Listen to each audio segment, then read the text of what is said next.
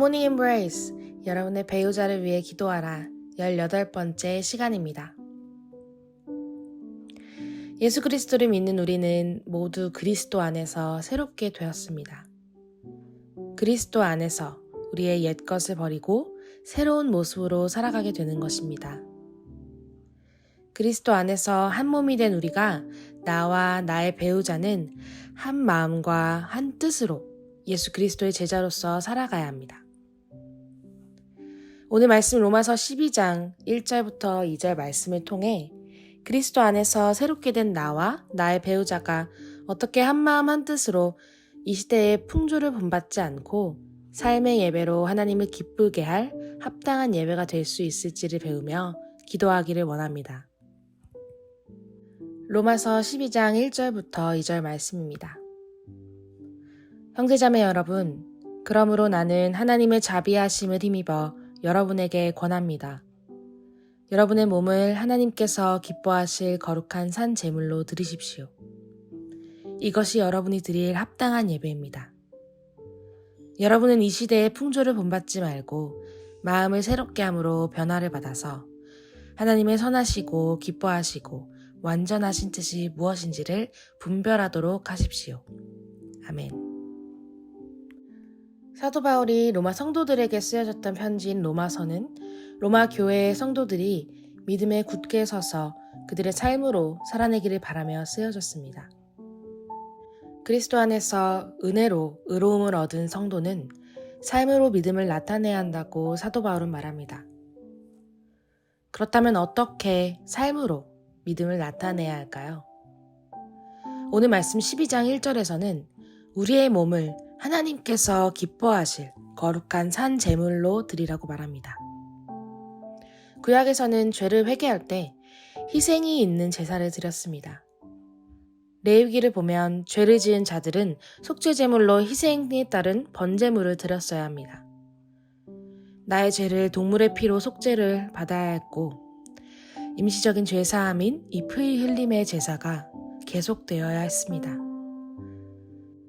그러나 예수 그리스도가 우리의 죄를 대신해 완전한 단번의 희생 제사로 인해 더 이상의 피 흘림의 제사가 필요하지 않게 되었습니다.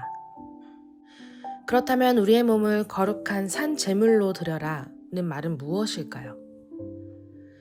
구원의 믿음을 통해 그리스도 안에 있는 우리가 거룩한 산 제물이 되어 온전히 우리를 하나님께 드리는 것입니다. 그것이 하나님께 드릴 합당한 예배입니다. 우리의 몸을 하나님께 온전히 드려지는 건 어떤 것일까요? 다음 구절인 2절에서 이렇게 알려줍니다. 여러분은 이 시대의 풍조를 본받지 말고 마음을 새롭게 함으로 변화를 받아서 하나님의 선하시고 기뻐하시고 완전하신 뜻이 무엇인지를 분별하도록 하십시오. 요한일서 2장 16절에서는 세상 풍조를 육체의 욕망과 눈의 욕망과 세상 살림에 대한 자랑이라고 정의합니다. 그리고 그것은 하나님으로부터 온 것이 아닌 세상으로부터 온 것이라고 말합니다. 우리는 우리의 몸을 거룩한 산 제물로 드려져야 합니다. 거룩은 세상과 구별된 것이며 하나님의 거룩한 백성인 우리는 우리의 몸과 마음을 세상의 욕망으로부터 벗어나 하나님의 자녀로서 거룩한 모습으로 살아가야 합니다. 그러기 위해서는 바울은 이렇게 권면합니다. 마음을 새롭게 함으로 변화를 받아라. 마음을 변화되기 위해서는 하나님의 말씀으로 우리는 변화될 수 있습니다. 하나님의 말씀이 여러분 삶을 변화시키는 하나님의 능력이심을 여러분 신뢰하십니까? 하나님의 말씀을 가까이 하시기를 권면합니다. 왜냐하면 하나님의 말씀이 없이는 우리는 세상에서 구별된 자로서 살아갈 수 없기 때문입니다. 그리고 이 세상 풍조를 본받지 않는 것은 하나님께 드려진 합당한 예배의 모습입니다. 하나님은 우리를 예배하도록 창조하셨습니다. 웨스트민스터 대요리문답 첫 번째에 나와 있는 것처럼 우리를 창조하신 목적은 하나님을 영화롭게 하는 것과 영원토록 하나님을 온전히 즐거워하는 것입니다. 우리의 창조된 목적을 기억하길 소망합니다. 우리가 해 아래로부터 오는 것들에 대한 기쁨을 가지고 살아가는 것이 우리의 창조된 목적이 아닙니다. 우리는 오직 하나님을 영화롭게 하기 위해, 즉 하나님을 예배하기 위해 창조되어졌다는 것입니다. 구약에서의 피의 제물은 끝났습니다. 하지만 은혜의 시대에 살아가는 우리의 거룩한 산 제물은 끝나지 않았습니다. 거룩한 산 제물은 매일, 매 순간 드려져야 합니다. 즉, 거룩한 산 제물은 우리의 삶을 드리는 것입니다. 우리의 삶을 드린다는 것은 처음부터 우리의 소유가 아니었던 우리의 소유권을 쥐고 있으면서 하나님, 제가 하나님께 저의 삶을 드리겠습니다. 그러니 제가 원하는 것을 해주세요. 라고 말하는 것이 아닙니다. 저를 창조하신 하나님, 처음부터 이 모든 것은 하나님의 것이었습니다.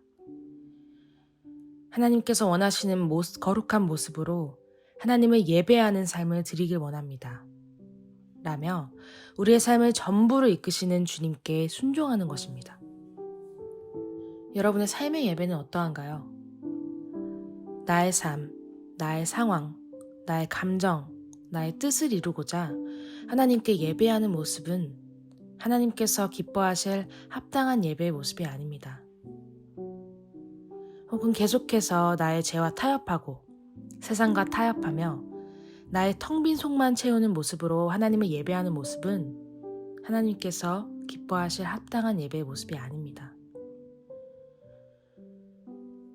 우리는 하나님께 합당한 예배를 드려야 합니다. 삶의 현장에서 치열하게 죄와 유혹으로부터 벗어나 구별된 자로서 거룩하게 살아가려 발버둥치는 삶을 살아내고 하나님의 말씀의 능력으로 우리의 마음을 지키며 하나님을 예배하기 위해 최선을 다하는 모습이 하나님께서 기뻐하실 합당한 예배이지 않을까 합니다. 그리스도 안에서 변화된 우리, 그리고 나의 배우자가 하나님이 창조하신 목적 그대로 거룩한 자녀의 모습 그대로 살아갈 수 있도록 우리는 서로를 위해 중보해야 합니다. 그러기 위해서 여러분, 말씀을 가까이 하길 바랍니다. 그리고 최선을 다해 공예배를 지키길 원합니다. 삶의 현장에 거룩함을 지켜낼 수 있는 힘은 말씀이란 사실을 기억하며 하나님의 거룩한 산 제물로 오늘도 드려질 여러분을 응원하며 기도합니다. 적용 질문입니다. 나는 어떠한 예배자인가요?